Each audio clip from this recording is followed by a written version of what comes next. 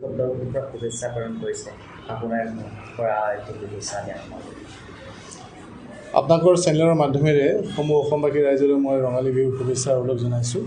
আশা কৰিছোঁ সকলো অসমীয়া জাতিটোৱে আমি একেলগে এই বিহুটি পালন কৰোঁ আৰু আমি বিহুক বিশ্বমুখী কৰাৰ কাৰণে দেশ বিদেশৰ সকলো অসমীয়াকে আমি আহ্বান জনাইছোঁ যে আমি বিহুক আমি বিশ্বজনীন কৰিব লাগে আৰু বিহুটোক এই আমাৰ আদৰৰ বিহুটোক আমাৰ হেঁপাহৰ বিহুটিক আমি সকলোৱে যাতে পালন কৰি আমি বিহুটো আকৌ জাকত যুগীয়া কৰিব পাৰোঁ তাৰ কাৰণে আমি চেষ্টা কৰিব লাগিব।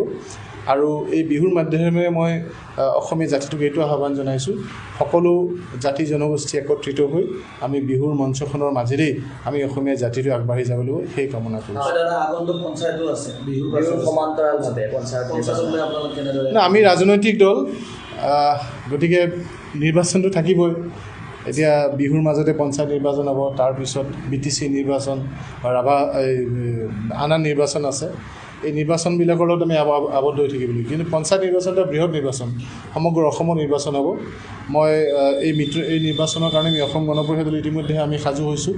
আমাৰ দলৰ বিভিন্ন স্তৰত ইতিমধ্যে দায়িত্ব দিয়া হৈছে আৰু এই দায়িত্ববিলাক আমাৰ কৰ্মীসকলে সম্পূৰ্ণ নিষ্ঠাৰে কাম কৰি গৈছে। আমি মিত্ৰ দলৰ লগত একেলগে আমি নিৰ্বাচনৰ যুঁজত অৱতীৰ্ণ হ'ম LDA হিচাপে। গতিকে মই আশা কৰিছোঁ যে এই নিৰ্বাচনত আমি বিৰোধী শক্তিক পৰাভূত কৰিব পাৰিম।